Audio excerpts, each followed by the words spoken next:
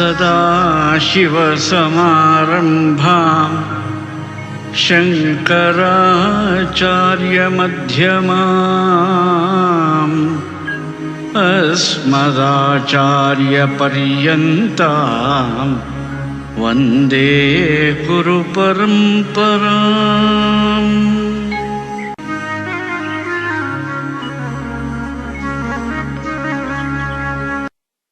अचतुर्वदनो ब्रह्मा विबाहुरपरो हरिः अपाललोचनः शम्भुः भगवान् बादरायणः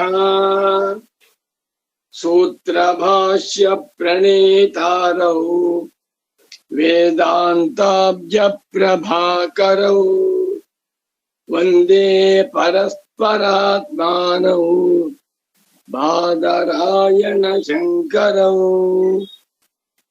सर्वात्मा सर्वदृग्योऽसौ सर्वाध्यास निरासकृते सततं सन्निधत्तां मे हृदये परमः शिवः।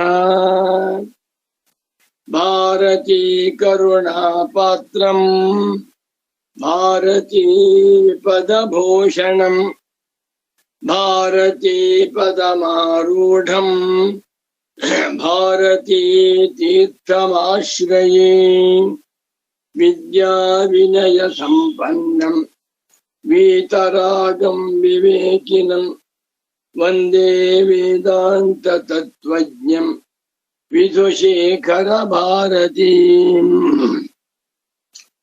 वन्दे तं सच्चिदानन्दम् यतिवर्यं महामतिम् वेद वेदान्त सारज्ञम् सद्गुरुं प्रणतोऽस्म्यहम् श्रीगुरुं प्रणतोऽस्म्यहम्। सदाहं सम्प्रदायज्ञम् संयमीन्द्रं सदाश्रयम् सद्गुरुं सच्चिदानन्दम् सदाचारं समाश्रये। श्रीमच्छङ्कर भगवत् पूज्य पादमहासद्गुरुभ्यो नमः। श्री श्री सच्चिदानन्देन्द्र सरस्वती सद्गुरुपादुकाभ्यां नमः। नमो नमः सद्गुरुपादुकाभ्याम्। ओम शांति शांति शांति।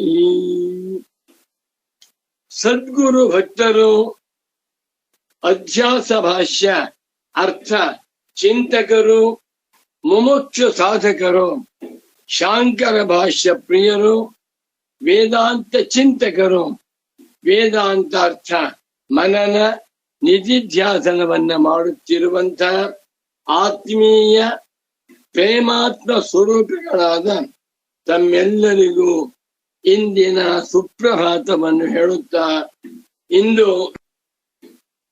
ಶ್ರೀಮತು ವಿಶ್ವಾವಸುನಾಮ ಸಂವತ್ಸರದಲ್ಲಿ ದಕ್ಷಿಣಾಯನ ಹಿಮಂತ ಋತು ಮಾರ್ಗಶೀರ್ಷ ಮಾಸ ಶುಕ್ಲ ಪಕ್ಷ ನವಮಿ ತಿಥಿ ವಾರ ಸ್ಥಿರವಾಸರ ಶನಿವಾರ 2025ನೇ ಇಸವಿ ನವೆಂಬರ್ ಮಾಹೆಯಲ್ಲಿ ಇಂದು 29ನೇ ತಾರೀಖಿನ ಶನಿವಾರದ ಸುಪ್ರಭಾತವನ್ನು ಶುಭೋದಯವನ್ನು ತಮ್ಮೆಲ್ಲರಿಗೂ ಕೋರುತ್ತಾ ಇಂದಿನ ಸುಗಮ ವ್ಯಾಖ್ಯಾನ ಕಾರ್ಯಕ್ರಮಕ್ಕೆ ತಮ್ಮೆಲ್ಲರಿಗೂ ಹೃತ್ಪೂರ್ವಕವಾದ ಪ್ರೇಮಪೂರ್ವಕವಾದ ಸುಸ್ವಾಗತ. ಒಳ್ಳೆ ಪ್ರಶ್ನೆ ಹಾಕುತ್ತಾ ಇದ್ದಾರೆ ಗುರುಗಳು.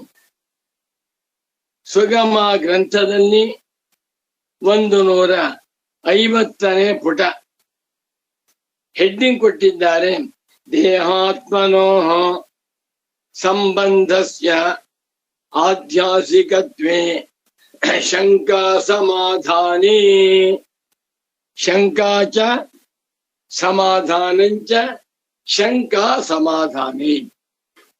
ಭಾಷ್ಯಕಾರ ಶಂಕರರು ಅಧ್ಯಾಸ ಭಾಷ್ಯದಲ್ಲಿ ಒಂದು ಸ್ಟೇಟ್ಮೆಂಟ್ ಕೊಟ್ಬಿಟ್ರು. ನಹಿ ಅನಧ್ಯಸ್ತಾತ್ಮ ಭಾವೇನ ದೇಹೇನ ಕಶ್ಚಿತ್ ವ್ಯಾಪ್ರಿಯತೆ. ಈ ಪ್ರಪಂಚದಲ್ಲಿರುವ ಯಾವುದೇ ಒಬ್ಬ ಮನುಷ್ಯನು ದೇಹವನ್ನ ನಾನು ಎಂದು ಮಾಡಿಕೊಳ್ಳದೆ ಹೋದರೆ ಅವನಿಗೆ ಯಾವ ವ್ಯವಹಾರವೂ ಸಾಗುವಂತಿಲ್ಲ. ಅಂದರೆ ಇಂಡೈರೆಕ್ಟ್ ಹೇಳಲಾಯಿತು, ಏನೇ ವ್ಯವಹಾರ ನಡೆಯುತ್ತಿದ್ದರೂ ಅಯೆಲ್ಲ ವ್ಯವಹಾರಗಳು ಕೂಡ ದೇಹಾತ್ಮಾಧ್ಯಾಸದಿಂದಲೇ ನಡೆಯುತ್ತಿವೆ. ಎಂಥ ಅದ್ಭುತವಾದಂಥ ಸಂಶೋಧನೆ. ಪ್ರತಿಯೊಬ್ಬ ಮನುಷ್ಯನೂ ಕೂಡ ಒಂದು ದಿವಸಕ್ಕೆ 100 ವ್ಯಾಪಾರವನ್ನು ಮಾಡ್ತಾರೆ. ನಾನು ಅಂತಲೇ ಮಾಡ್ತಾರೆ. ನಾನ್ ತರಕಾರಿ ತಿಂದೆ, ನಾ ಚಪಾತಿ ತಿಂದೆ, ನಾನು ಅಂಗಡಿ ಹೋಗಿ ಬಿಸ್ನೆಸ್ ಮಾಡ್ಕೊಂಡ್ ಬಂದೆ, ನಾ ಪುಸ್ತಕವನ್ನು ಬರೀತಾ ಇದ್ದೀನಿ, ನಾ ಉಪನ್ಯಾಸ ಮಾಡ್ತೇನೆ, ನಾ ಬದ್ರಿಗೆ ಹೋಗಿದ್ದೆ, ಗುರುಗಳ ದರ್ಶನವನ್ನು ಮಾಡಿ, ಎಟ್ಸೆಟ್ರಾ ಎಟ್ಸೆಟ್ರಾ. ಇದಕ್ಕೆಲ್ಲ ಹೆಸರೇನು? ವ್ಯವಹಾರ. ಈ ಎಲ್ಲ ವ್ಯವಹಾರಗಳಿಗೂ ಹಿಂದೆ ಅಧ್ಯಾಸವಿದೆ. ಏನ್ ಅಧ್ಯಾಸ? ಆತ್ಮನಿ ದೇಹಾಧ್ಯಾಸ, ದೇಹೇ ಆತ್ಮಾಧ್ಯಾಸ. ಅನಧ್ಯಸ್ಥಾತ್ಮ ಭಾವೇನ ದೇಹೇನ,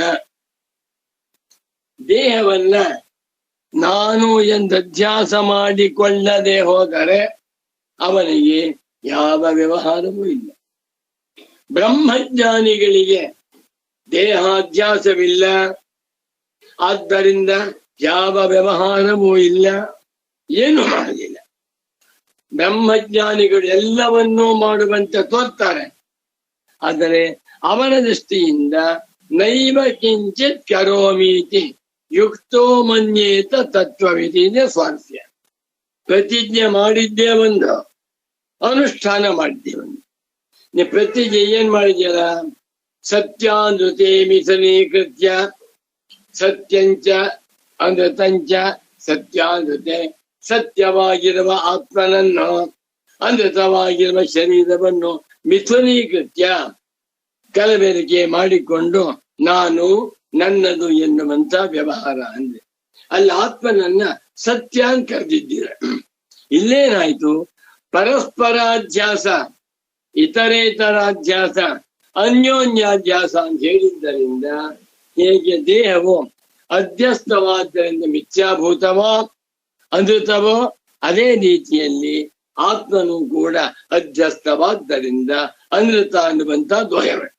ಪ್ರತಿಜ್ಞಾ ಭಂಗವಾಯ್ತು, ಶೀಕರಣೆ ಮಾಡ್ತೇವೆ ಅಂತ ಹೇಳಿಬಿಟ್ಟು ಮಾಡಿದ್ದೇನು? ಹುಣಸೆ ಹೋಗ್ಯ, ತಪ್ಪಲ್ವೇ? ಹಾಗಾಯ್ತು. ನಚ ವಾಚ್ಯಂ, ಇಷ್ಟು ಪೂರ್ವ ಪಕ್ಷ, ಇನ್ನು ಸಿದ್ಧಾಂತ ಬಂದಿಲ್ಲ. ಅಸ್ತು ದೇಹಸ್ಯೈವ ಸ್ವರೂಪೇಣ ಅಧ್ಯಸ್ಥತ್ವಂ ಆತ್ಮನಸ್ತು ದೇಹೇ ಸಂಸೃಷ್ಟತ್ವೇನೈವ ಅಧ್ಯಸ್ಥತ್ವಮಿತಿ. ಹೀಗೆ ನೀವು ಅರ್ಥ ಮಾಡಬಹುದು. ನಚ ವಾಚ್ಯಂ, ಹೀಗೆ ಹೇಳುವುದು ಸರಿಯಲ್ಲ. ಈ ಸಿದ್ಧಾಂತಿಗಳೇ, ನೀವುಗಳು ಹೀಗೆ ಹೇಳುವುದು ಸರಿಯಲ್ಲ ಅಂತ ಪೂರ್ವ ಪಕ್ಷಿ ಹೇಳ್ತಾ ಇದ್ದಾರೆ. ಏನು? ದೇಹಸ್ಯ ಸ್ವರೂಪೇಣ ಅಧ್ಯಸ್ಥತ್ವಂ, ಆತ್ಮನಲ್ಲಿ ದೇಹವು ಸ್ವರೂಪದಿಂದ ಅಧ್ಯಾಸವಾಗಿದೆ. ಅಂದ್ರೇನು? ಆತ್ಮನನ್ನ ದೇಹ ಎಂದು ಮಾಡ್ಕೊಂಡಿದ್ದೇವೆ ಅಂತ ಆಗಲಿ. ಆದರೆ ಆತ್ಮನಿಗೂ ದೇಹಕ್ಕೂ ಕೂಡ ಹೇಗೆ ಅಧ್ಯಾಸವಾಗಿದೆ ಅಂದ್ರೆ ಸಂಸೃಷ್ಟತ್ವೇನ, ಅಂಟುಕೊಂಡಿರುವುದರಿಂದ. ಸ್ವಾರಸ್ಯವಿದೆ. ಆತ್ಮನಿಗೆ ದೇಹದ ಅಂಟಿರುವುದರಿಂದ ಆತ್ಮನನ್ನ ನಾವು ಅಧ್ಯಸ್ಥ ಅಂತ ಹೇಳ್ತೇವೆ. ಆದರೆ ದೇಹವಾದರೂ ದೇಹವು ಸಂಪೂರ್ಣವಾಗಿ ಆತ್ಮನಾಗಿದೆ. ಇರುವುದು ಆತ್ಮ, ಆತ್ಮ ಅಂತ ತಿಳಿದಿಲ್ಲ, ದೇಹವನ್ನು ತಿಳ್ಕೊಂಬಿಟ್ಟ. ದೇಹವನ್ನೇ ಆತ್ಮ ಎಂದು ತಿಳಿದುಕೊಂಡಾಗ ಸ್ವರೂಪಾಧ್ಯಾಸವಾಗಿದೆ. ಆತ್ಮನು ದೇಹಕ್ಕೆ ಸಂಬಂಧಪಟ್ಟಿರುವುದರಿಂದ ಆತ್ಮನ ಅಧ್ಯಸ್ತತ್ವವನ್ನ ಒಪ್ಪಿಕೊಳ್ತೇವೆ ಅಂತ ನಚ ವಾಚ್ಯಂ. ನೀವು ಹೇಳುವುದು ಸರಿಯಲ್ಲ. ಇಬ್ಬರಿಗೂ ಸಮಾನವಾದ ಅಧ್ಯಾಸವಿದೆ. ಆತ್ಮನನ್ನ ಶರೀರ ಎಂದು ತಿಳಿದುಕೊಂಡಿರುವಂತೆ ಶರೀರವನ್ನ ಆತ್ಮ ಎಂದು ತಿಳಿದುಕೊಂಡಿದ್ದೇವೆ ಎನ್ನುವುದು ಸಮಾನವಾದ ಅಧ್ಯಾಸ. ಅದನ್ನೇ ಬಿಟ್ಬಿಟ್ಟು ಆತ್ಮನಲ್ಲಿ ದೇಹದ ಅಧ್ಯಾಸ ಎನ್ನುವಾಗ ಸ್ವರೂಪಾಧ್ಯಾಸ, ಆತ್ಮನನ್ನ ದೇಹ ಎಂದುಕೊಳ್ಳುವಾಗ ಸಂಸರ್ಗಾಧ್ಯಾಸ ಅಂತ ಅರ್ಥ ಮಾಡುವುದು ನಚ ವಾಚ್ಯಂ. ಹಾಗೆ ಹೇಳುವುದು ಸರಿಯಲ್ಲ. ತಥಾಚ ನ ಮುಕ್ತ ಶಂಕಾವಕಾಶ ಇತಿ. ಹಾಗಾಗಿ ಬಿಟ್ಟರೆ ಹಿಂದೆ ಹೇಳಿದಂತಹ ಶಂಕೆಗೆ ಅವಕಾಶವೇ ಇಲ್ವಲ್ಲ ಅಂತ ನೀ ಹೇಳುವುದು ತಪ್ಪು. ಆ ಇತಿಕಾರ ಬರುವವರೆಗೂ ಸೇರಿಸ್ಕೋಬೇಕು. ನೋಡಿ, ನಚ ವಾಚ್ಯಂ, ಹೀಗೆ ನೀವು ಹೇಳಬಾರದು, ಹೀಗೆ ನಿಮ್ಮಿಂದ ಹೇಳಲ್ಪಡಬಾರದು. ಕರ್ಮಣಿ ಪ್ರಯೋಗ. ಈ ಸಂಸ್ಕೃತ ಭಾಷೆಯಲ್ಲಿ ಕರ್ಮಣಿ ಪ್ರಯೋಗ ಹೆಚ್ಚಿನ ಮಹತ್ವ ಉಂಟು. ನಚ ವಾಚ್ಯಂ ಭವದ್ಭಿ ಸಿದ್ಧಾಂತಿಭಿ. ಏನಂತ?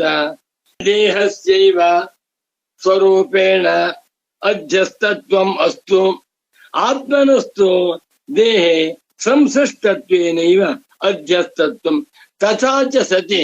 ಹಾಗಾಗಿ ಬಿಟ್ಟರೆ ನ ಉಕ್ತ ಶಂಕಾವಕಾಶ, ಹಿಂದೆ ಹೇಳಿದಂತಹ ಶಂಕೆಗೆ ಅವಕಾಶವಿಲ್ವಲ್ಲ. ಏನು? ಶೂನ್ಯವಾದ ಪ್ರಸಂಗ ಇತಿ ಶಂಕಾ. ಶೂನ್ಯವಾದ ಪ್ರಸಂಗಕ್ಕೆ ಅವಕಾಶವಿಲ್ವಲ್ಲ ಅಂತ ನಚ ವಾಚ್ಯಂ. ನೀವು ಹೇಳುವುದು ಸರಿಯಲ್ಲ. ಯಾಕೆ? ತಥಾಪಿ ಖಲು ದೇಹಸ್ಯ ಆತ್ಮನಿ ಅಸತ್ಯಂ ಪ್ರತ್ಯಕ್ಷ ವಿರುದ್ಧಂ ಪ್ರಸಜ್ಯೇತೈವ. ಹಾಗಾಗಿ ಬಿಟ್ಟರೆ ಪ್ರತ್ಯಕ್ಷ ಪ್ರಮಾಣ ವಿರೋಧ. ಇನ್ನೊಂದು ದೋಷ ಬಂದು ನೋಡಿ, ಆಕ್ಷೇಪಣೆ ಮಾಡು ಹೊರಟ್ರೆ ನೂರಾರು ಆಕ್ಷೇಪಣೆ. ನಮ್ಮ ಕಳ್ಳನ ಮೇಲೆ ದೂರ ಹೊರಿಸ್ಬೇಕು ಅಂತಂದ್ರೆ ಬೇಕಾದಷ್ಟು ಹೇಳುದು. ಪೂರ್ವ ಪಕ್ಷ ಹೇಳ್ತಾ ಇದ್ದಾನೆ, ಹೀಗೆ ಹೇಳಿದರೆ ಪ್ರತ್ಯಕ್ಷ ಪ್ರಮಾಣ ವಿರುದ್ಧವಾಗುತ್ತದೆ. ಯಾಕೆ? ದೇಹಸ್ಯ ಆತ್ಮನಿ ಅಸತ್ಯಂ, ದೇಹವು ಆತ್ಮನಲ್ಲಿ ಅಧ್ಯಸ್ಥವಾಗಿದೆ, ಇದು ಅಸತ್ಯವಾದದ್ದು ಸತ್ಯವಲ್ಲ ಅಂತ ಹೇಳಿದ್ರೆ ಪ್ರತ್ಯಕ್ಷಕ್ಕೆ ವಿರುದ್ಧವಾಗಿ. ಈ ದೇಹ ಅಸತ್ಯವೋ ಅಸತ್ಯವೋ? ಸತ್ಯ. ಯಾರನ್ನೇ ಕೇಳಿ, ಭೂಮಿಯ ಮೇಲಿರುವ 1,000 ಕೋಟಿ ಮಾನವರು ಕೂಡ ದೇಹವನ್ನ ಸತ್ಯ ಎಂದೇ ಮಾಡಿಕೊಂಡಿದ್ದಾರೆ. ನೀವು ಅಸತ್ಯ ಅಂತ ಹೇಳಿದರೆ ಇದು ಪ್ರತ್ಯಕ್ಷ ಪ್ರಮಾಣ ವಿರುದ್ಧಂ ಪ್ರಸಜ್ಜೇತ. ಪ್ರತ್ಯಕ್ಷ ಪ್ರಮಾಣಕ್ಕೆ ವಿರುದ್ಧವಾದ ಸ್ಟೇಟ್ಮೆಂಟ್ ಅಂತ ಇಲ್ಲೊಂದು ಮಾತು ಹೇಳಿದ್ರು.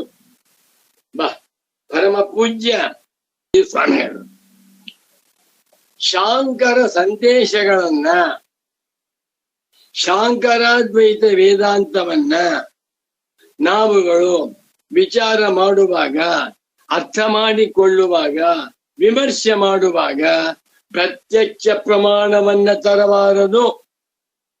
ಅದ್ವೈತ ವೇದಾಂತ ಪ್ರತ್ಯಕ್ಷ ಪ್ರಮಾಣದ ಕ್ಷೇತ್ರವೇ ಅಲ್ಲ. ಇದು ವಿಮರ್ಶೆ. ನೋಡಿ, ಈ ಪ್ರಪಂಚ ಕಾಣ್ತಾ ಇದೆ. ಈ ಕಾಣುವ ಪ್ರಪಂಚವನ್ನ ಜ್ಞಾನಿಗಳು ಮಿಥ್ಯ ಅಂತಾರೆ. ಹೌದಾ? ಈ ಸುಳ್ಳು ಯಾರು ಒಪ್ತಾರ? ಪ್ರತ್ಯಕ್ಷ ಪ್ರಮಾಣ ಇರುವುದು ಪ್ರತ್ಯಕ್ಷ ಪ್ರಮಾಣದ ಕ್ಷೇತ್ರವಲ್ಲ. ಇದನ್ನ ನಾವು ಸಾಕ್ಷಿ ತತ್ವದಿಂದ ಅರ್ಥ ಮಾಡಿಕೊಳ್ಳಬೇಕು. ಈ ಪ್ರತಿಯೊಂದಕ್ಕೂ ಪ್ರತ್ಯಕ್ಷ ಪ್ರಮಾಣದ. ಈಗ ತಂದೆ ಮಗ, ತಾಯಿ ಮಗ, ಜನ್ಮ ಕೊಟ್ಟಿರುವಂತ ಅಮ್ಮ ಹೇಗೆ ಇರಲಿ, ನಮ್ಮಮ್ಮ ಕುರುಡಿಯಾಗಿರ್ಲಿ, ಕುಂಟಿಯಾಗಿರ್ಲಿ, ರೋಗಿ ಅಮ್ಮನೇ ಅಲ್ವಾ? ಇಲ್ಲ, ನಮ್ ತಾಯಿ ಬೈತಾ ಇರ್ತಾರೆ, ಗಲಾಟೆ ಮಾಡ್ತಿರ್ತಾರೆ, ಅವನ್ನ ಅಟ್ಟು ಬಿಟ್ಟೆ ತಪ್ಪಲ್ವೇ? ಪ್ರತ್ಯಕ್ಷ ಪ್ರಮಾಣ ತಗೊಂಡ್ರೆ ಯಾಕೆ? ಪ್ರತ್ಯಕ್ಷ ಪ್ರಮಾಣ ಬಲು ಸೀಮಿತ. ದೇಹವು ಸುಳ್ಳು ಸತ್ಯವೋ? ಸತ್ಯ. ಯಾರನ್ನ ಕೇಳಿ. ದೇಹವು ಸತ್ಯ, ಇಂದ್ರಿಯ ಮನಸ್ಸು ಬುದ್ಧಿಗಳು ಸತ್ಯ, ಪ್ರಪಂಚವೆಲ್ಲ ಸತ್ಯ. ಇದು ಪ್ರತ್ಯಕ್ಷ ಪ್ರಮಾಣ. ವೇದಾಂತ ಹೇಳ್ತಾ ಇದೆ ಮಾಯಾ ಮಾತ್ರಮಿದದ್ವೈತಂ ಅದ್ವೈತಂ ಪರಮಾರ್ಥತಃ ಅಂತ ಹೇಳ್ತಾ ಇದೆ. ತೋರುತ್ತಿರುವ ಪ್ರಪಂಚವೆಲ್ಲವೂ ಕೂಡ ಮಾಯಾ ಮಾತ್ರವಾಗಿದೆ. ಇದು ಪ್ರತ್ಯಕ್ಷ ಪ್ರಮಾಣಕ್ಕೆ ವಿರುದ್ಧವಾಗಿದೆ ಅಂದ್ರೆ ಪ್ರತ್ಯಕ್ಷ ಪ್ರಮಾಣದ ಕ್ಷೇತ್ರ ಇಲ್ಲ. ಒಳ್ಳೆ ಉದಾಹರಣೆ. 10 ಜನ ವಿಜ್ಞಾನಿಗಳು ಸೇರ್ಕೊಂಡು ಒಂದು 20 ವರ್ಷ ಸಂಶೋಧನೆ ಮಾಡಿಬಿಟ್ಟು ಭೂಮಿ ದುಂಡಗಿದೆ, ಭೂಮಿ ಸ್ಥಿರವಾಗಿಲ್ಲ, ಸೂರ್ಯನ ಸುತ್ತಾ ಇದೆ ಅಂತ ನಿರ್ಣಯ ಮಾಡಿದ್ರು. ಅಂತ ಸೈಂಟಿಸ್ಟ್ಗೆ ನೊಬೆಲ್ ಪ್ರೈಸ್ ಅನ್ನು ಕೊಟ್ಬಿಟ್ರು. ನಾನು ಒಪ್ಪುವುದಿಲ್ಲ ಸಾರ್, ಪ್ರತ್ಯಕ್ಷ ಪ್ರಮಾಣ ವಿರುದ್ಧವಾಗಿದೆ ಅಂದ್ರೆ ಹೇಗಪ್ಪ?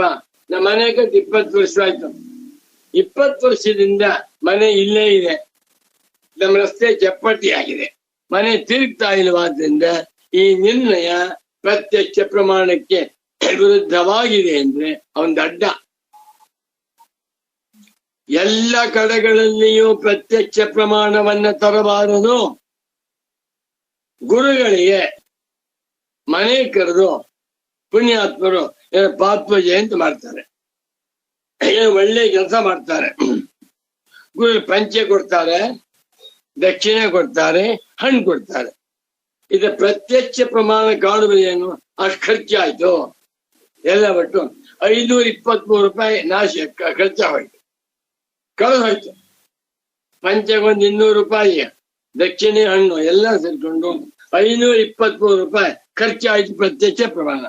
ಆದರೆ ಪ್ರತ್ಯಕ್ಷ ಪ್ರಮಾಣವನ್ನು ಕೈ ಬಿಟ್ಟು ಶಾಸ್ತ್ರ ಪ್ರಾಮಾಣ್ಯದಿಂದ ನೋಡಿದಾಗ ಅವರ ಅನುಗ್ರಹ ಸಿಕ್ಕಿದೆ.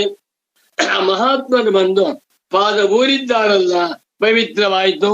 ಅಕ್ಷಯವಾದ ಸುಖ, ಅಕ್ಷಯವಾದ ಸಂಪಾದನೆ, ಅಕ್ಷಯವಾದ ಆನಂದವಾಯಿತು ಅಂತ ಶಾಸ್ತ್ರ.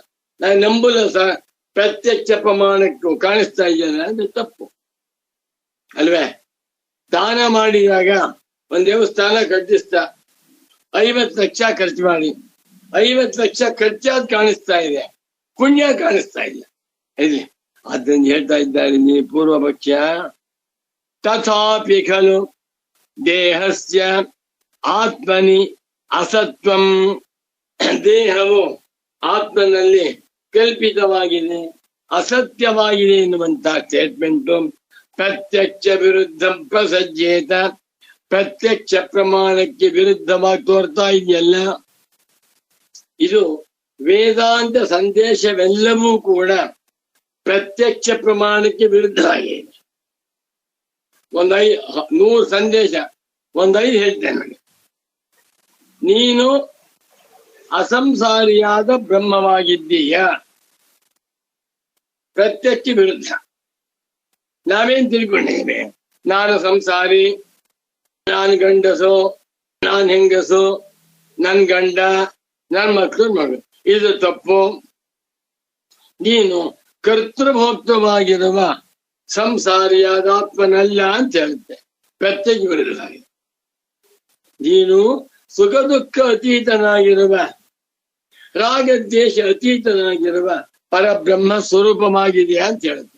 ನಂಗೆ ದಿನ ಸುಖ ದುಃಖ ಇದೆ, ರೋಗ ಇದೆ, ಕಾಣ್ತಾ ಇದೆ ಸ್ವಾಮಿ. ನಿನ್ಗೆಲ್ಲಪ್ಪ ದೇಹಕ್ಕೆ ಕಾಣಿಸ್ತಾ ಇದೆ. 7 ಜೀವರ ಜೀವ.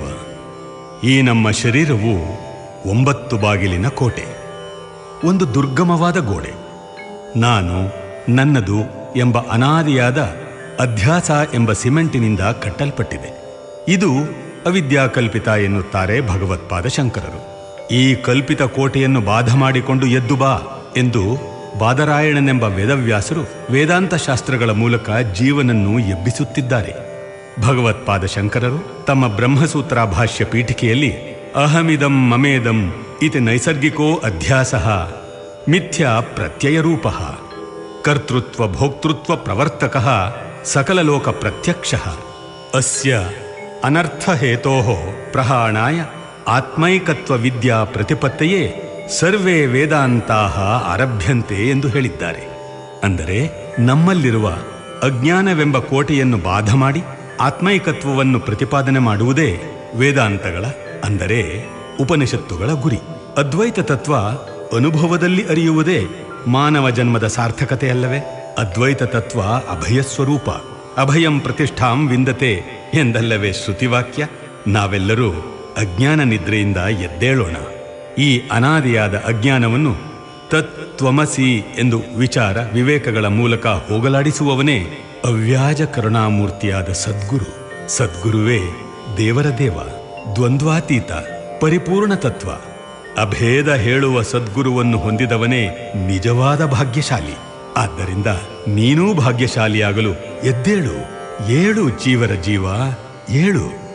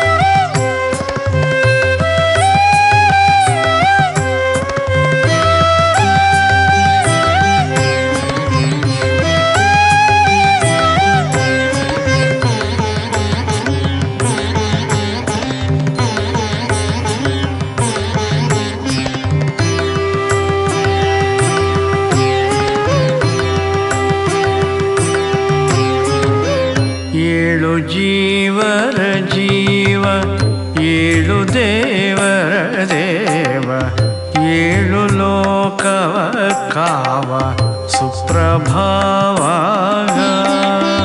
ಏಳು ಜೀವರ ಜೀವ ಏಳು ದೇವರ ದೇವ ಏಳು ಲೋಕವ ಕಾವ ಸುಪ್ರಭಾವ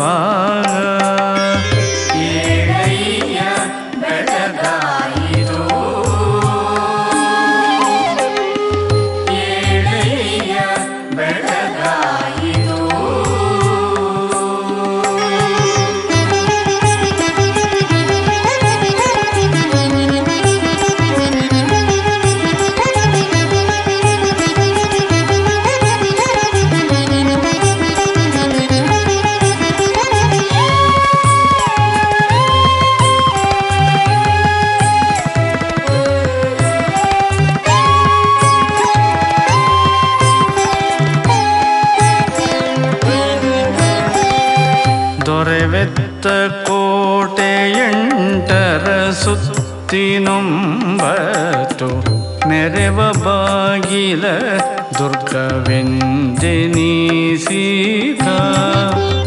ದೊರೆವೆತ್ತ ಕೋಟೆಯಂಟರ ಸುತ್ತಿನೊಂಬತ್ತು ಮೆರೆವ ಬಾಗಿಲ ದುರ್ಗವೆಂದೆನಿಸಿದ ಶರೀರಪುರದೊಳು ಹೃದಯದ ಮನೆಯ ಮಂಚದಲ್ಲಿ ಭರದಿಂದ ತನಿ ನಿದ್ರೆಗೈದುದಾಯ್ತು ಶರೀರಪುರದೊಳು ಹೃದಯದ ಮನೆಯ ಮಂಚದಲ್ಲಿ ಭರದಿಂದ ತನಿ ನಿದ್ರೆಗೈದುದಾಯ್ತು ಏಳಯ್ಯ ಬೆಳಗಾಯಿತು ಏಳಯ್ಯ ಬೆಳಗಾಯಿತು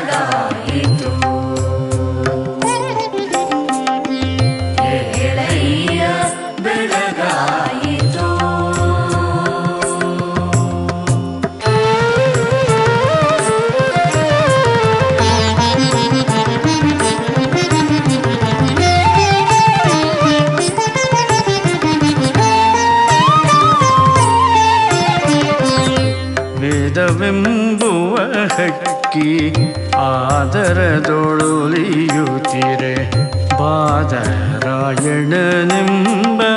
ಕೋಳಿ ಕೂಗೆ. ವೇದವೆಂಬುವ ಹಕ್ಕಿ ಆದರದೊಳುಲಿಯುತ್ತಿರೆ ಬಾದರಾಯಣನೆಂಬ ಕೋಳಿ ಕೂಗೆ. ವಾದಿಗಳ ಶುಭವಾದ್ಯ ನಾದವಾಗಲು ಕೇಳಿ ಹೇದಯಾನಿಧಿ ಕಣ್ಣ ತೆರೆದು ಬೇಗ. ವಾದಿಗಳ ಶುಭವಾದ್ಯ ನಾದವಾಗಲು ಕೇಳಿ ಹೇದಯಾನಿಧಿ ಕಣ್ಣ ತೆರೆದು ಬೇಗ.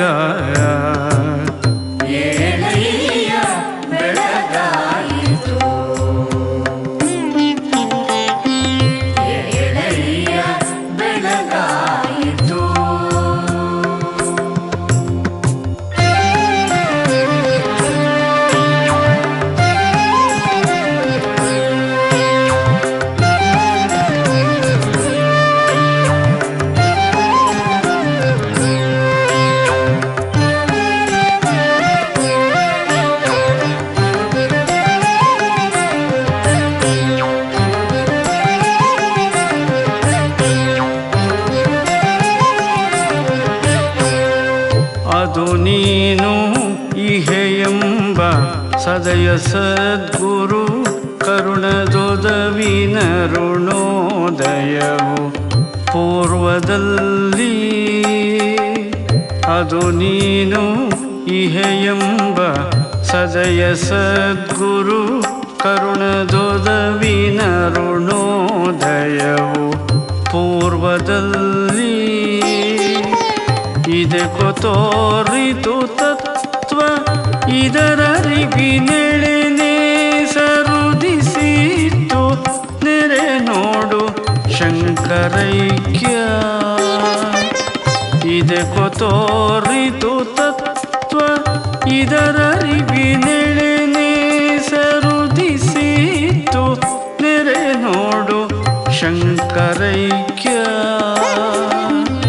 ಏಳೆಯ ಬೆಳಗಾಯಿತು ಏಳೆಯ ಬೆಳಗಾಯಿತು.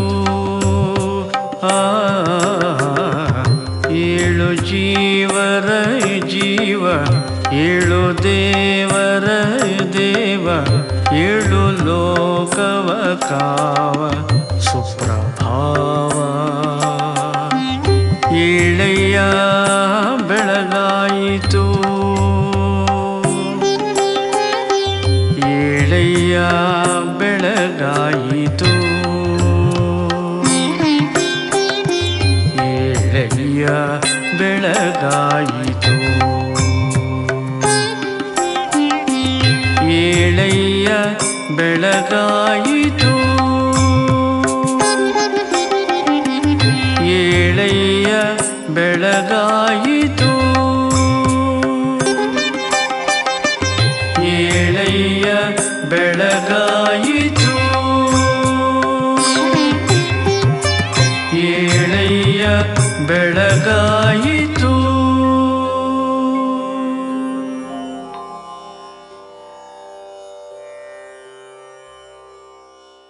ದೇಹಕ್ಕಲ್ಲ ನನ್ಗೆ ಕಾಣಿಸ್ತಾ ಇದೆಯಲ್ಲ.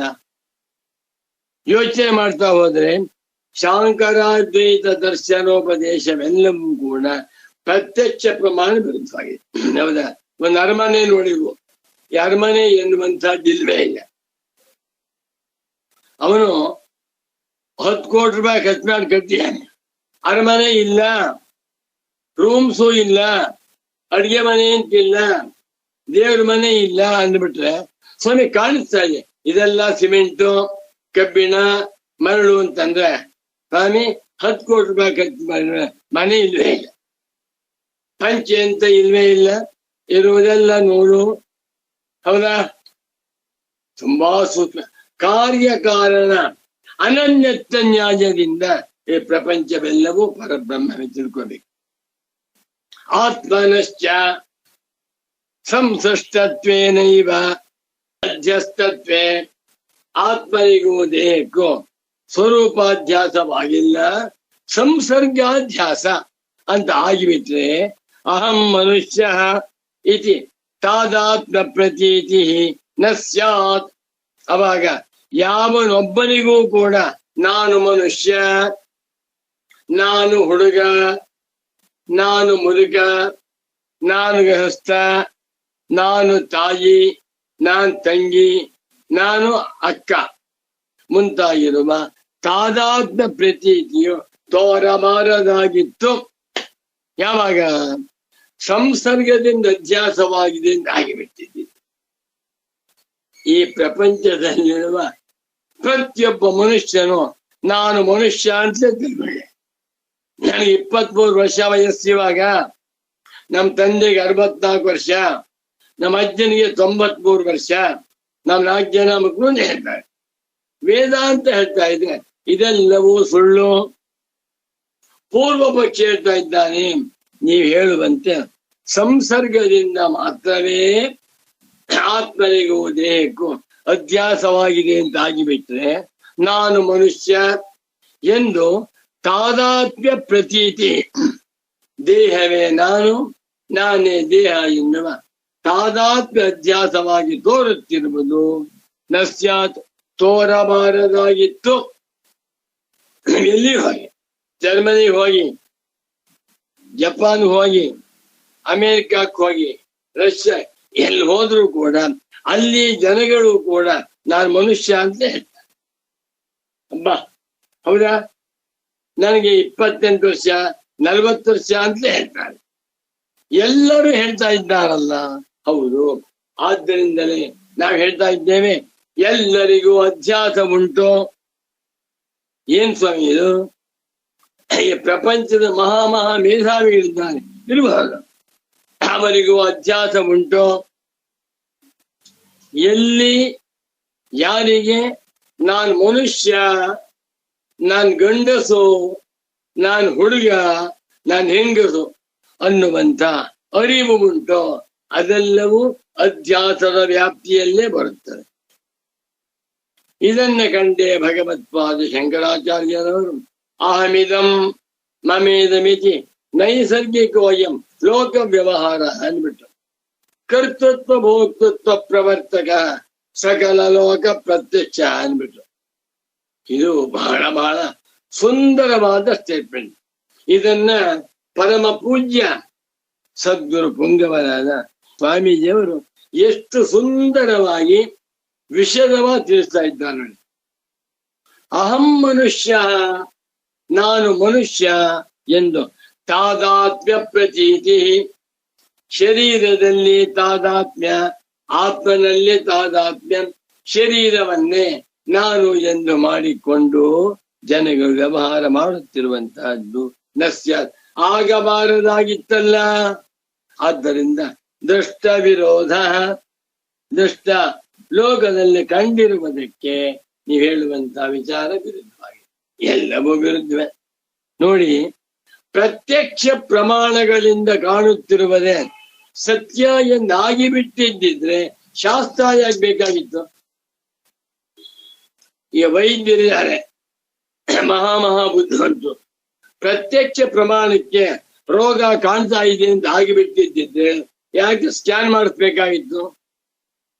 ಯಾಕೆ ಎಕ್ಸ್ರೇ ತೆಗಿಸ್ಬೇಕಾಗಿತ್ತು? ಕಣ್ಣಿಗೆ ಕಾಣದೇ ಇರುವಂತ ಅನೇಕ ದೋಷಗಳಿವೆ, ಅದನ್ನು ವೈದ್ಯರು ಹೇಳ್ತಾರೆ. ಅದೇ ರೀತಿಯಲ್ಲಿ ವೇದಾಂತ ಶಾಸ್ತ್ರವೂ ಕೂಡ ಪ್ರತ್ಯಕ್ಷಾನುಮಾನಾದಿ ಪ್ರಮಾಣಗಳಿಗೆ ಗೋಚರವಾಗದಿರುವ ಅತ್ಯಂತ ಸೂಕ್ಷ್ಮ ವಿಚಾರಗಳನ್ನ ತಿಳಿಸುವಂತಹ ಶಾಸ್ತ್ರ ವೇದಾಂತ ಶಾಸ್ತ್ರ. ಇದನ್ನ ನಾವು ಪ್ರತ್ಯಕ್ಷ ಪ್ರಮಾಣದಿಂದ ಅರ್ಥ ಮಾಡಿಕೊಳ್ಳೋದು. ನ ಧರ್ಮ ಜಿಜ್ಞಾಸಾಯಾಮಿವ ಶ್ರುತ್ಯಾದಯ ಏವ ಪ್ರಮಾಣಂ ಬ್ರಹ್ಮ ಜಿಜ್ಞಾಸಾಯಾಂ ಕಿಂತು ಶ್ರುತ್ಯಾದಯ ಅನುಭವಾದಯಸ್ಯ ಯಥಾ ಸಂಭವಮಿಹ ಪ್ರಮಾಣಂ ಅನುಭವಾವಸಾನತ್ವಾತ್ ಭೂತ ವಸ್ತು ವಿಷಯತ್ವಾಚ ಬ್ರಹ್ಮಜ್ಞಾನ. ಏನ್ ಮಾಸ್ವಾಮಿ ಶಾಂಕರ ಭಾಷ್ಯ. ರಮಣ ಮಹರ್ಷಿಗಳನ್ನ ನೋಡಿದಾಗ ಯಾರಿಗಾದ್ರೂ ತುಂಬಾ ಸಂಕಟವಾಗತ್ತೆ. ಏನ್ ಮನುಷ್ಯ ಇವನು 40 ವರ್ಷ ವಯಸ್ಸಾಗಿದೆ, ಮದುವೆ ಮಾಡ್ಕೊಂಡಿದ್ದೆ, ದಡ್ಡ. ಏನ್ ಮನುಷ್ಯ ಇವನು 40-50 ವರ್ಷ ವಯಸ್ಸಾಗಿದೆ, ಮೈ ಮೇಲೆ ಬಟ್ಟೆ ಇಲ್ಲ, ಮೂರ್ಖ ಇವನು. ಯಾಕೆ? ನಾಗರಾವು, ಹುಲಿ, ಸಿಂಹ ಎಲ್ಲ ಆಡ್ತಾನೆ, ಬುದ್ಧಿ ಇಲ್ಲ ಅಂತೇಳಿ ಪ್ರತಿಯೊಬ್ರು ಬೈತಾರೆ. ಯಾಕೆ? ಪ್ರತ್ಯಕ್ಷ ವಿರುದ್ಧವಾಗಿದೆ. ಇವತ್ತು ಎಲ್ಲ ಮಾನವರು ಕೂಡ 40 ವರ್ಷವಾಯ್ತು ಅಂದ್ರೆ ಮದುವೆ ಮಾಡ್ಕೊಂಡು ಒಳ್ಳೆ ಪ್ಯಾಂಟ್ ಹಾಕೊಂಡು ಮಕ್ಕಳ ಜೊತೆ ಓಡಾಡ್ಸ್ಕೊ ಹೋಗಿರ್ತಾರೆ. ಆ ರಮಣ ಮಹರ್ಷಿ ಗುಡಿದಲ್ಲಿ ಕೂತ್ಕೊಂಡಿದ್ದಾರೆ, ಮೂರ್ಖ ಅಂತಾರೆ. ಪ್ರತ್ಯಕ್ಷ ಪ್ರಮಾಣಕ್ಕೆ ವಿರುದ್ಧವಾಗಿ ನಡ್ಕೊತಾ ಇದೆ. ಆದರೆ ರಮಣ ಮಹರ್ಷಿಗಳ ದರ್ಶನಕ್ಕೆ ಅಂತ ದೇವಾದಿ ದೇವತೆಗಳು ಬರ್ತಾ ಇದ್ರು, ಸಾಮಾನ್ಯ ಮನುಷ್ಯರಲ್ಲ. ಅವನೊಬ್ಬ ಪರಬ್ರಹ್ಮ ಸ್ವರೂಪಿ, ಬ್ರಹ್ಮನಿಷ್ಠ. ಕಣ್ಣಿ ಕಾಣಿಸಲ್ವಲ್ಲ? ಕಣ್ಣಿ ಕಾಣಿಸಲ್ಲ. ಅದು ಸ್ಟೇಟ್ಮೆಂಟ್ ಜ್ಞಾಪಕ ಇಟ್ಕೊಂಡು, ವೇದಾಂತ ಸಂದೇಶಗಳನ್ನ ನಾವುಗಳು ಪ್ರತ್ಯಕ್ಷ ಪ್ರಮಾಣದಿಂದ ಅಳತೆ ಮಾಡಲು ಹೋಗಬಾರದು. ಪ್ರತ್ಯಕ್ಷ ಪ್ರಮಾಣಕ್ಕೆ ಸಿಕ್ಕದಿರುವಂತಹ ವಿಚಾರವೇ ಅಲ್ವೇ ವೇದಾಂತ. ಬಾ ತಸ್ಮಾತ್ ಇಷ್ಟೆಲ್ಲ ಹೇಳ್ಕೊಂಡ್ಬಂದು ಹೇಳ್ತಾ ಇದ್ದಾನೆ. ತಸ್ಮಾದಾದ್ದರಿಂದ ನ ದೇಹಾತ್ಮನೋ ಪರಸ್ಪರಾಧ್ಯಾಸ ನವ ದೇಹ ಮಾತ್ರಸ್ಯ ಆತ್ಮನಿ ಅಧ್ಯಾಸ ಸಂಭವತಿ ಕುತಃ ದೃಷ್ಟ ವಿರೋಧ ಪ್ರಸಂಗಾತ್. ಪೂರ್ವಪಕ್ಷ.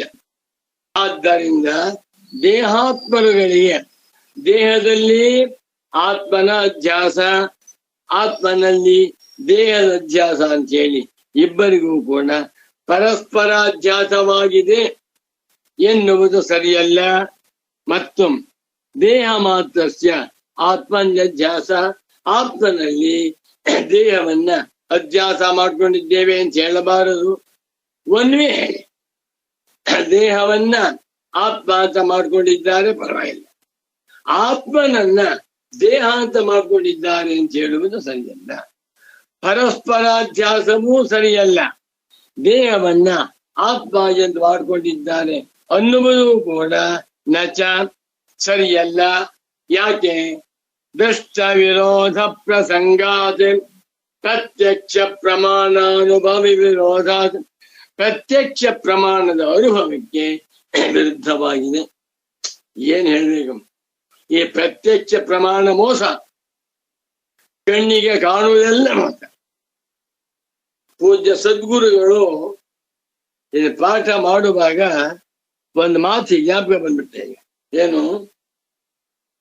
ಇಂಗ್ಲಿಷಿನಲ್ಲಿ ಆಲ್ ಅಪಿಯರೆನ್ಸಸ್ ಆರ್ ಡಿಸೆಪ್ಟಿವ್ ಒಂದು ಸ್ಟೇಟ್ಮೆಂಟ್ ಹೇಳಿದ್ರು. ಡಿಫೆಕ್ಟಿವ್ ಅಲ್ಲ, deceptive. All appearances are deceptive. ಗುರುಗಳ ಮಾತು. ಆಲ್ ಅಪಿಯರೆನ್ಸಸ್, ನಮ್ಮ ಕಣ್ಣುಗಳಿಗೆ ಪ್ರತ್ಯಕ್ಷ ಪ್ರಮಾಣಕ್ಕೆ ಏನ್ ಕಾಣಿಸ್ತಾ ಇದೆಯೋ ಅದೆಲ್ಲವೂ ಮೋಸ, ಬರೀ ಮೋಸ. ಹುಡುಗಿನ ಕರ್ಕೊಂಡ್ಬರ್ತಾರೆ, ಯಾವ್ದೋ ಪಂಚೆ ತೋರಿಸ್ತಾರೆ, ಸ್ವಾಮಿ ಚೆನ್ನಾಗಿ ತಗೊಂಡು ಹೋಗಿ ಅಂತ, ಬರೀ ಮೋಸ. ಹಣ್ಣು ತರಕಾರಿ ಅಲ್ಲಿಂದ ಪ್ರಾರಂಭವಾಗಿ ಚಿನ್ನ ಬೆಳ್ಳಿವರೆಗೆ ಮನೆಯವರೆಗೆ ಎಲ್ಲವೂ ಮೋಸ. All appearances are deceptive. ಮನೆ ಕೊಂಡ್ಕೊಂಡ, ಬಹಳ ಚೆನ್ನಾಗಿದೆ, ಹೊರಗಡೆ ನೋಡುವುದಕ್ಕೆ ಫಸ್ಟ್ ಕ್ಲಾಸ್ ಆಗಿ ಬಣ್ಣ ಹೊಡೆದಿದ್ದಾರೆ, ಚೆನ್ನಾಗಿದೆ. ನೋಡಿದ್ರೆ ಒಳ್ಳೊಳ್ಳೆ ಮೆಟೀರಿಯಲ್ಸೇ ಹಾಕಿಲ್ಲ, ಹೊರಗಡೆಯಲ್ಲಿ ಬರೀ ಟೊಳ್ಳು ಬಣ್ಣ ಹೊಡೆಬಿಡಿ. ಇದು ವೇದಾಂತ ಸಂದೇಶ. ಎಲ್ಲಿ ಮುಮುಕ್ಷು ಜನಗಳೇ, don't be carried away by the external appearances of things. ಹೊರಗಡೆ ಕಾಣುತ್ತಿರುವ ಪದಾರ್ಥಗಳ ಮಾಯಾಜಾಲದಿಂದ ಮೋಸ ಹೋಗಬೇಡಿ. ಬಾ ಪರಮ ಪೂಜ್ಯ ಸಚ್ಚಿದಾನಂದೇಂದ್ರ ಸರಸ್ವತಿ ಸ್ವಾಮಿಗಳ ಜೀವನ ಕ್ರಮ ಹಾಗೆ ಇತ್ತು. ಯಾರು ತುಂಬಾ ಜೋರಾಗಿ ಅಲಂಕಾರ ಮಾಡ್ಕೊಂಡ್ ಬಂದ್ಬಿಟ್ರೆ ಅಪ್ಪ ಇವ್ರಿಗೆ ವೇದಾಂತ ಬೇಕಾಗಿಲ್ಲ ಅನ್ನೋ. ಗುರು ಹತ್ತಿರ ಬರಬೇಕಾದ್ರೆ ಅತ್ಯಂತ ಸರಳ ರೂಪ ಬರಬೇಕಾದ್ರೆ ಎಲ್ಲ. ಆದ್ರಿಂದ ಪ್ರತ್ಯಕ್ಷ ಪ್ರಮಾಣಕ್ಕೆ ಮೋಸ. ಪ್ರತ್ಯಕ್ಷ ಪ್ರಮಾಣ ಏನೇನು ತೋರಿಸ್ತಾ ಇದೆಯೋ ಯಾವುದು ಸತ್ಯವಲ್ಲ.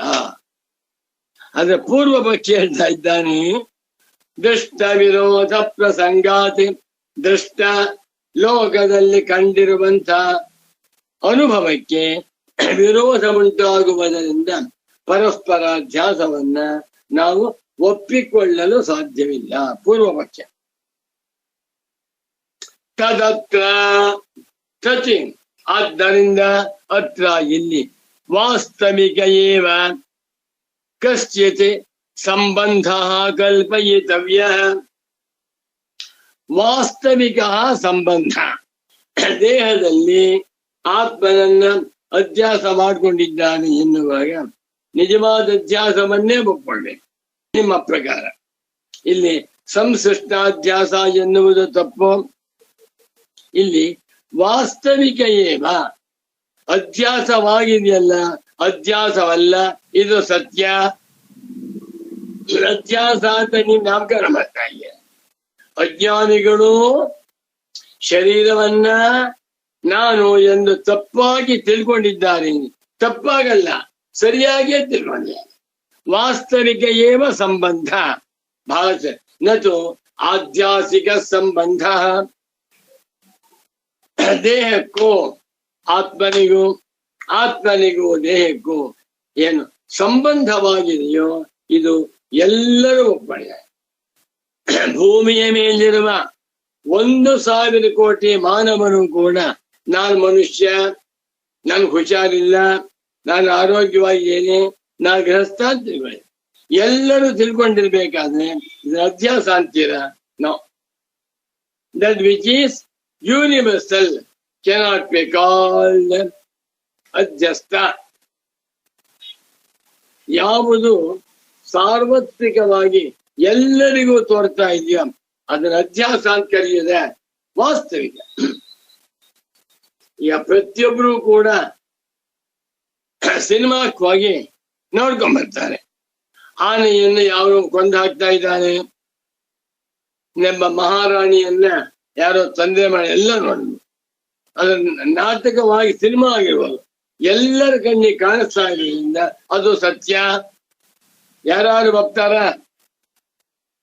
ಒಬ್ಬ ಮಹಾರಾಜನನ್ನ ಕೊಂದಾಕ್ಬಿಟ್ರು, ಪುನಃ 2ನೇ ಸಲ ಅದೇ ಮಹಾರಾಜ ಬರ್ತಾರೆ. ಹೇಗೆ ಬಂದ? ಒಮ್ಮೆ ಸತ್ತೋದ ಮೇಲೆ ಪುನಃ ಸ್ವಾಮಿ ನಾಟಕ ಅದು ಅಂತ. ನಾಟಕವಾಗ್ಲಿ ಸರ್, ಎಲ್ಲರಿಗೂ ಕಾಣಿಸ್ತಾ ಇದೆಯೋ ಇಲ್ವಾ? ಸಿನಿಮಾದಲ್ಲಿ ಎಲ್ಲ ಪದಾರ್ಥಗಳು ಎಲ್ಲರಿಗೂ ಕಾಣಿಸ್ತಾ ಇದೆ. ಸಮುದ್ರ ಕಾಣಿಸ್ತಾ ಇದೆ, ಗೋವುಗಳು ಕಾಣಿಸ್ತಾ ಇವೆ, ದೇವಸ್ಥಾನ ಕಾಣಿಸ್ತಾ ಇದೆ, ಸಂಗಮ ಕ್ಷೇತ್ರ ಕಾಣಿಸ್ತಾ ಇದೆ, ತೋಟ ಕಾಣಿಸ್ತಾ ಇದೆ, ಎಲ್ಲರಿಗೂ ಕಾಣಿಸ್ತಾ ಇದೆ. ಸತ್ಯವಾ? ಹೌದು, ಸತ್ಯ. ಅಲ್ಲ, ಮುಟ್ ನೋಡಿ ಏನೂ ಇಲ್ಲ. ಎಲ್ಲರಿಗೂ ಕಂಡ ಮಾತ್ರಕ್ಕೆ ಸತ್ಯ ಅಂತ ಆಗ್ಬೇಕಾದಿಲ್ಲ. ಇಲ್ಲಿ ಶಂಕರ ಭಗವತ್ ಪೂಜ್ಯ ಪಾದಾಚಾರ್ಯ ಸ್ಟೇಟ್ಮೆಂಟ್ ಏನ್ ಗೊತ್ತಾ? ಅಧ್ಯಾಸವು ಸಾರ್ವತ್ರಿಕವಾದ ರೋಗ. ಬ್ರಹ್ಮಜ್ಞಾನಿಯೊಬ್ಬನನ್ನೇ ಬಿಟ್ಟು ಉಳಿದ ಎಲ್ಲ ಮಾನವರಿಗೂ ಅಧ್ಯಾಸ. ಅಧ್ಯಾಸ ಪೂರ್ವ ಪಕ್ಷಿ ಹೇಳ್ತಾ ಇದ್ದಾನೆ, ಅಧ್ಯಾಸ ಅಂದ್ರೆ ಲೇವಲ್ ಹಾಕ್ಬೇಡಿ, ಸಂಯೋಗ. ದೇವನ್ನ ನಾನು ಅಂತ ಮಾಡ್ಕೊಂಡಿದ್ದಾರೆ, ಇದು ಸಂಯೋಗ. ಆತ್ಮನ್ನ ದೇಹ ಅಂತ ತಿಳ್ಕೊಂಡಿದ್ದ ಸಂಯೋಗ. ಆದ್ದರಿಂದ ವಾಸ್ತವಿಕ ಏವ ಕಶ್ಚ ಸಂಬಂಧ. ಸಂಯೋಗ ಸಂಬಂಧ ಬೇರೆ, ಅಧ್ಯಾಸ ಬೇರೆ. ನೋಡಿ, ಅಧ್ಯಾಸ ಅಂದೇನು? ಸುಳ್ಳು. ಸಂಬಂಧ ಅಂದೇನು? ಒಂದೇ ಮತ್ತು ಸಂಬಂಧ. ಹಗ್ಗವನ್ನ ಹಾವು ಅಂತ ತಿಳ್ಕೊಂಡ. ಅಧ್ಯಾಸವೋ ಸಂಬಂಧವೋ? ಇದೊಂದು ಸಂಬಂಧ. ಸರಿಯಾ? ಶಂಕರ ಭಗವತ್ ಪೂಜ್ಯ ಪಾದಾಚಾರ್ಯರು ಹೇಳ್ತಾ ಇದ್ದಾರೆ, ಇದು ಸಂಬಂಧವಲ್ಲ, ಅಜ್ಞಾನ. ಯಾವುದನ್ನ ಲೋಕದಲ್ಲಿ ಸಹಜವಾಗಿರುವಂತಹ ವ್ಯವಹಾರ ಮಾಡ್ತಾ ಇದ್ದಾರೋ ಅದನ್ನು ವಿಮರ್ಶೆ ಮಾಡಿ ಶಂಕರಾಚಾರ್ಯರು ಇದು ಅಜ್ಞಾನದ ಸಂಬಂಧ, ಅಧ್ಯಾಸ ಸಂಬಂಧ ಅಂತ ಹೇಳ್ತಾರೆ. ಬಹಳ ಬಹಳ ಆನಂದವಾಯಿತು. ತದಾದ್ದರಿಂದ ಅತ್ರ ಕಶ್ಚಿತ್ ವಾಸ್ತವಿಕ ಏವ ಸಂಬಂಧ. ಈ ಸಂಬಂಧ ಎನ್ನುವ ವಾಸ್ತವಿಕ, ವಸ್ತುತಃ ಆಗತಃ ವಾಸ್ತವಿಕ ನಿಜವಾಗಿ ಆಗಿರುವಂತ ಸಂಬಂಧ. ಇದನ್ನು ಹೋಗ್ಬಿಟ್ಟು ಅಧ್ಯಾಸ ಅಂತ ಹೇಳ್ತಾ ಇದ್ದೀನ. ತಂದೆ ಮಗನನ್ನ ನಾನು ಅಂತ ಮಾಡ್ಕೋತಾನೆ. ನೀವ್ ಹೇಳ್ತೀರ ಗೌಣಾಧ್ಯಾಸ, ತಪ್ಪು.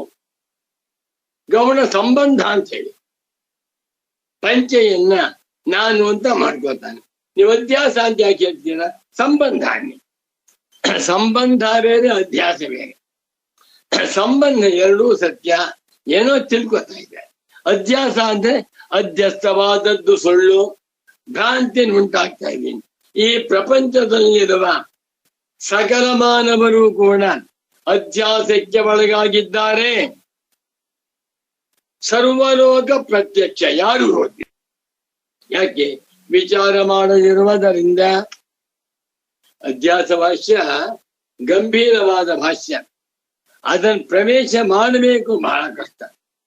ಅಧ್ಯಾಸ ಭಾಷ್ಯ ಶಾಂಕರಾದ್ವೈತ ವೇದಾಂತ ದರ್ಶನದಲ್ಲಿ ದುರ್ಗಮವಾಗಿರುವ ಅದ್ಭುತವಾಗಿರುವಂತ ಕೋಟೆ. ಯಾರು ಟಚ್ ಮಾಡೋಕ್ ಹೋಗಿ ಅಂತ ಕೋಟೆಯನ್ನ ಪ್ರವೇಶ ಮಾಡಿ ಪರಮ ಪೂಜ್ಯ ಸಚ್ಚಿದಾನಂದದಿಂದ ಸರಸ್ವತಿ ಸ್ವಾಮಿಗಳವರು ಒಂದೊಂದನ್ನ ಬಿಡಿಸ್ತಾ ಇದ್ದಾರೆ. ನಂಗೆ ಝುಮ್ ಅಂತ ಇದೆ, ರೋಮಾಂಚನವಾಗ್ತಾ ಇದೆ. ಪಾಠವೂ ಮಾಡಿದ್ದಾರೆ, ಮತ್ತು ಓದ್ತಾ ಇದ್ರೆ ಏನ್ ಗಂಭೀರವಾಗಿದೆ. ಇಂಥ ಪವಿತ್ರವಾದ ಸುಗಮ ಗ್ರಂಥ ಮೂಲೆಯಲ್ಲಿ ಬಿದ್ದಿತ್ತು. ಗುರುಗಳ ಅನುಗ್ರಹದಿಂದ ಇದನ್ನು ಕುರಿತು ಉಪನ್ಯಾಸ ಮಾಡುವಂತ ಸೌಭಾಗ್ಯ ನನಗೆ ದೊರಕಿದೆ. 10 ಜನ ಕೇಳ್ತಾ ಇದ್ದೀರಾ, ತುಂಬಾ ಸಂತೋಷ. ಪೂರ್ವ ಪಕ್ಷ ಹೇಳ್ತಾ ಇದ್ದಾನೆ, ಇಷ್ಟೆಲ್ಲ ತಾಪತ್ರೆಯವಿರುವುದರಿಂದ 1 ಪ್ರತ್ಯಕ್ಷ ವಿರೋಧ, 2 ದುಷ್ಟ ವಿರೋಧ, 3 ಪ್ರತಿಜ್ಞಾ ಭಂಗ, ಇದೆಲ್ಲ ಇರುವುದರಿಂದ ಒಂದು ಕೆಲಸ ಮಾಡಿ. ವಾಸ್ತವಿಕ ಏವ ಕಶ್ಚಿತ್ ಸಂಬಂಧ ಕಲ್ಪಯಿತವ್ಯ. ಆತ್ಮನಿಗೂ ದೇಹಕ್ಕೂ ಕೂಡ ಯಾವುದೋ ಒಂದು ಸಂಬಂಧವಾಗಿ, ಯಾವುದೋ ಒಂದು ರೀತಿಯ ಸಂಬಂಧ. ಅಧ್ಯಾಸ ಶಬ್ದವನ್ನ ಬಳಸಬೇಡಿ. ಅಧ್ಯಾಸ ಭ್ರಾಂತಿ ಜ್ಞಾನ. ನಮ್ ಭ್ರಾಂತಿ ಜ್ಞಾನ ಇದೆಯಾ? ನಮಗೆ ಮನೆ ಕಟ್ಕೊಂಡಿದ್ದೇವೆ, ಮದುವೆ ಮಾಡ್ಕೊಂಡಿದ್ದೇವೆ, ಮಕ್ಕಳನ್ನೆಲ್ಲ ಪಡ್ಕೊಂಡಿದ್ದೇವೆ, 100 ಕಡೆ ಜನ ಬರ್ತಾರೆ, ಉಡ್ಕೊಂಡಿದ್ದೇವೆ. ಇದು ನೀವು ಅಧ್ಯಾಸ ಅಂದ್ಬಿಟ್ರೆ ಕೆನ್ನೆ ಹೊಡಿತಾರೆ. ಶಂಕರಾಚಾರ್ಯ ಹೇಳ್ತಾರೆ, ಕೆನ್ನೆ ಹೊಡೆದ್ರು ಕೂಡ ಇದು ಅಧ್ಯಾಸ, ನಮ್ಮನ್ನು ಬೈದ್ರು ಕೂಡ ಅಧ್ಯಾಸ, ನಮ್ಮನ್ನು ಚಪ್ಪಲಿ ಏತ್ಕೊಡಿ ಆದ್ರೂ ಕೂಡ ಅಧ್ಯಾಸದಿಂದಲೇ ವ್ಯವಹಾರ. ಯಾರೋ ಹೊಡೆದು ಬಿಟ್ರು ಅಂತ ಸತ್ಯಕ್ಕೆ ದ್ರೋಹ ಮಾಡಕ್ಕೆ ಸಾಧ್ಯವಿಲ್ಲ. ಸರಿ, ವಯಂತು ಪಶ್ಯಾಮಃ ವಂಶಸ್ತಂಭವತಿ ತಯೋ ಸಂಯೋಗ ಏವ ಸಂಬಂಧ ಇತಿ. ಪೂರ್ವ ಪಕ್ಷಿ ನಾವ್ ಹೇಳ್ತೇವೆ. ಆದ್ದರಿಂದ ಆತ್ಮನಿಗೂ ದೇಹಕ್ಕೂ ಎಂಥ ಸಂಬಂಧವಪ್ಪ ಅಂತಂದ್ರೆ, ವಂಶಸ್ತಂಭವತಿ, ವಂಶ ಬಿದರು, ಸ್ತಂಭ ಕಂಬ. ವಂಶಕ್ಕೂ ಕಂಬಕ್ಕೂ ಸಂಬಂಧವಾಗಿರುವಂತೆ ಒಂದ್ ಕಂಬ ಇದೆ, ಅದು ವಂಶ. ಅದನ್ನ ಅಡ್ಡಡ್ಡ ಇನ್ನೊಂದು ಹಾಕ್ತಾರೆ, ಅಡ್ಡವಾಗಿರುವಂತ ಕಂಬ ಆಗಿದೆ. ದೇಹದಲ್ಲಿ ಆತ್ಮ ಅಂತ ಮಾಡ್ಕೊಂಡಿದ್ದಾರಲ್ಲ, ದೇಹದ ಮೇಲೆ ಆತ್ಮ ಅಂತ ಮಾಡ್ಕೊಂಡಿದ್ದಾರೆ, ಎರಡೂ ಸತ್ಯಾಂತಿ. ಆದ್ದರಿಂದ ವಯಂ ಪಶ್ಯಾಮ, ನಮ್ಗೆ ಅಂತ ತೋರುತ್ತೆ, ಹೀಗೆ ಅಭಿಪ್ರಾಯ ಪಡ್ತೇವೆ. ವಂಶಸ್ತಂಭವತಿ, ವಂಶಸ್ತಂಭದಂತೆ, ಬಿದಿರು ಕಂಬದಂತೆ, ತಯೋ ಆತ್ಮಾನಾತ್ಮನೋ ಸಂಬಂಧ. ಕಂಬ ವಂಶವಲ್ಲ, ವಂಶ ಕಂಬವಲ್ಲ. ಆದರೆ ಕಂಬದ ಮೇಲೆ ತೊಲೆ ನಿಂತ್ಕೊಂಡಿದೆ ಅಂತ ಹೇಳುವಂತೆ ಆತ್ಮನ ನಾಶನೆ ಮಾಡಿಕೊಂಡು ದೇಹ ಬದುಕಿದೆ ಅಂತ ಅರ್ಥ ಮಾಡಿ. ಅದನ್ನ ಬಿಟ್ಬಿಟ್ಟು ಅಧ್ಯಾಸ್ತ ಅಂದ್ಬಿಟ್ರೆ, ನಚ ಅಧ್ಯಸ್ಥಾತ್ಮಭಾವೇನ ದೇಹೇನ ವಿನ ವ್ಯಾಪಾರ ಸಂಭವ ಚಿದಾತ್ಮನಿ. ಇದು ಸರಿಯಾಗಲಿಲ್ಲ. ನಚ ಜ್ಞಾಪಕ ಇಟ್ಕೊಳ್ಳಿ.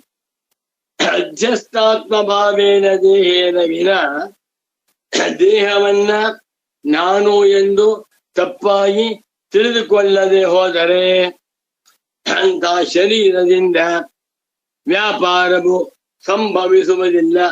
ವ್ಯಾಪಾರ ಸಂಭವ ವ್ಯಾಪಾರ ಹೊಂದುವುದಿಲ್ಲ ಎನ್ನುವಂತಹದ್ದಿಲ್ಲ. ನಿಮ್ಮ ಸ್ಟೇಟ್ಮೆಂಟ್ ಏನು? ನಚ ಅನಧ್ಯಸ್ಥಾತ್ಮಭಾವೇನ ದೇಹೇನ ಕಶ್ಚಿತ್ ವ್ಯಾಪ್ರಿಯತೆ. ಯಾವುದೇ ಒಬ್ಬ ಮನುಷ್ಯ ಏನೇ ವ್ಯವಹಾರ ಮಾಡಬೇಕಾದ್ರೂ ದೇಹವನ್ನ ನಾನು ಎಂದು ಮಾಡಿಕೊಂಡೇ ಮಾಡಬೇಕೇ ಹೊರತು ನಾನು ಎಂದು ಮಾಡಿಕೊಳ್ಳದೆ ಹೋದರೆ ಅವನಿಗೆ ಯಾವ ವ್ಯವಹಾರವೂ ಹೊಂದುವುದಿಲ್ಲ ಅನ್ನುವಂತ ನಿಮ್ಮ ಮಾತು ನಚ ನಾವು ಒಪ್ಪುವುದಿಲ್ಲ. ಶರೀರಾಧಿಷ್ಠಾತೃತ್ವೇನೈವ ತತ್ಸಂಭವಾತಿ ನಹಿ ಸ್ವವ್ಯಾಪಾರಃ ಸ್ವಾಶ್ರಿತಾಧ್ಯಸ್ಥ ಆತ್ಮಭಾವತ್ವನಿಯತಃ ದೃಶ್ಯಂತೆ ಹಿ ಅನಧ್ಯಸ್ಥ ಆತ್ಮಭಾವಮಪಿ ವೀರಣಾದಿಕಂ ವ್ಯಾಪಾರಯಂತಹ ಘಟಕರ್ತಾದಯ ತಸ್ಮಾತಿ ಅಯುಕ್ತ ಮುಕ್ತಂ. ಆದ್ದರಿಂದ ನೀವು ಹೇಳಿದ್ದು ತಪ್ಪಾಯ್ತು. ಏನಂತ? ನಚ ಅನಧ್ಯಸ್ಥಾತ್ಮಭಾವೇನ ದೇಹೇನ ಕಶ್ಚಿತ್ ವ್ಯಾಪ್ರಿಯತೆ ಇತಿ. ದೇಹವನ್ನ ನಾನು ಎಂದು ಅಧ್ಯಾಸ ಮಾಡಿಕೊಳ್ಳದೆ ಹೋದರೆ ಯಾವ ವ್ಯವಹಾರವು ಹೊಂದುವುದಿಲ್ಲ ಎನ್ನುವ ನಿಮ್ಮ ಮಾತು ಅಯುಕ್ತಂ, ಸರಿಯಲ್ಲ. ಮುಂದೆ ಹೇಳ್ತೀನಿ, ಚೆನ್ನಾಗಿದೆ. ಇತ್ತೀಚೆ ಪೂರ್ವ ಪಕ್ಷ, ಈಗ ಸಿದ್ಧಾಂತ ಉಚ್ಯತೆ. ಅಪ್ಪ ನಿನ್ನ ಪೂರ್ವ ಪಕ್ಷವೆಲ್ಲ ಆಯ್ತಾ? ಆಯ್ತು ಸರ್, ಕೂತ್ಕೋ, ನಾನು ಹೇಳ್ತ ಕೇಳಿವೆ. ಇವಾಗ ಸಿದ್ಧಾಂತಿಗಳು ಸಮಾಧಾನವನ್ನು ಹೇಳ್ತಾ ಇದ್ದಾರೆ. ಯಾರು ಹೇಳ್ಬೇಕು ನಮಗೆ? ಶಂಕರಾಚಾರ್ಯರ ಸಂಕ್ಷೇಪವು ಬರೆದುಬಿಟ್ಟು ನಚ ಅನಧ್ಯಸ್ಥಾತ್ಮಭಾವೇನ ದೇಹೇನ ಕಶ್ಚಿತ್ ವ್ಯಾಪ್ರಿಯತೆ. ಆ ಒಂದು ವಾಕ್ಯಕ್ಕೆ ಪರಮ ಪೂಜ್ಯ ಸಚ್ಚಿದಾನಂದೇಂದ್ರ ಸರಸ್ವತಿ ಸ್ವಾಮಿಗಳವರು ಅಪರ ಶಂಕರರಾಗಿ 20ನೇ ಶತಮಾನದ ಶಂಕರರಾಗಿ 4 ಪುಟ ಬರೆದಿದ್ದಾರೆ. ಬ್ರಹ್ಮಾನಂದ ಓದ್ಬೇಕಂದ್ರೆ ನಾ ಮುಮುಕ್ಷು ಅನ್ಕೊಂಡ್ಬಿಟ್ಟು ವಿಭೂತಿ ಕೂತ್ಕೊಂಡ್ಬಿಟ್ಟು ಬೇಡ, ವಿಭೂತಿ ಏನು ಬೇಡ, ಏನು ಬೇಡ, ಶ್ರದ್ಧೆಯನ್ನು ಕೇಳ್ತಾರೆ. ಸತ್ಯೇನ ಲಭ್ಯಸ್ತಪಸಾ ಶೇಷ ಆತ್ಮ ಸಂಯಜ್ಞಾನೇನ ಬ್ರಹ್ಮಚರ್ಯೇನ ನಿತ್ಯಂ. ಈ ಒಂದು ಸಾಧನ ಚತುಷ್ಟಯ ಸಂಪನ್ನರಾಗಿ ಕೇಳ್ತಾ ಬಂದ್ರೆ ಅಹಂ ಬ್ರಹ್ಮಾಸ್ಮಿ ಎನ್ನುವಂತ ಅನುಭವ 100%. ಮುಂದಿನ ಮಾತನಾಡ ಅತ್ರೋಚ್ಯತೆ ಸರ್ವಮೇವೇದಮಯುಕ್ತಂ ಯತ್ತಾವದುಚ್ಯತೆ ದೇಹಾದೇಹೇ ಅನ್ಯೋನ್ಯಾಧ್ಯಾಸೆ ಉಭಯೋರಪಿ ಅಸತ್ತ ಪ್ರಸಂಗ ಇತಿ ತದಸತ್. ಗುರುಗಳು ಜೋರಾಗಿದ್ದಾರೆ. ಗುರುಗಳಿಗೆ ಈ ಪುಸ್ತಕವನ್ನು ಬರೆದ ವಯಸ್ಸೆಷ್ಟು? 78. 78ನೇ ವಯಸ್ಸಿನ ಗುರುಗಳು ಜೋರ ಬರೀತಾರೆ. ಇಂಥ ಭಾಷ್ಯವನ್ನ ವ್ಯಾಖ್ಯಾನವನ್ನ ಬರೆದಿರುವಂತಹ ಪರಮ ಪೂಜ್ಯ ಸದ್ಗುರು ಪುಂಗವರಾದ ಶ್ರೀ ಶ್ರೀ ಶ್ರೀ ಸಚ್ಚಿದಾನಂದೇಂದ್ರ ಸರಸ್ವತಿ ಸ್ವಾಮೀಜಿಯವರಿಗೆ ಅನಂತಾನಂತ ಧನ್ಯವಾದಗಳು, ಕೃತಜ್ಞತಾ ಪ್ರಣಾಮಗಳು. ನಮೋ ನಮಃ ಸದ್ಗುರು ಪಾದುಕಾಭ್ಯಾಂ. ಸರ್ವಾತ್ಮ ಸರ್ವದಜ್ಞೋಸೌ ಸರ್ವಾಧ್ಯಾಸ ನಿರಾಸಕೃತಿ ಸತತಂ ಸನ್ನಿಧತ್ತಾಂ ಮೇ ಹೃದಯೇ ಪರಮಶಿವಃ. ಸೂತ್ರಭಾಷ್ಯ ಪ್ರಣೇತಾರೌ ವೇದಾಂತಾಬ್ಜ ಪ್ರಭಾಕರೌ ವಂದೇ ಪರಸ್ಪರಾತ್ಮಾನೌ ಪಾದರಾಯಣ ಶಂಕರೌ. ನಮೋ ನಮಃ ಸದ್ಗುರು ಪಾದುಕಾಭ್ಯಾಂ.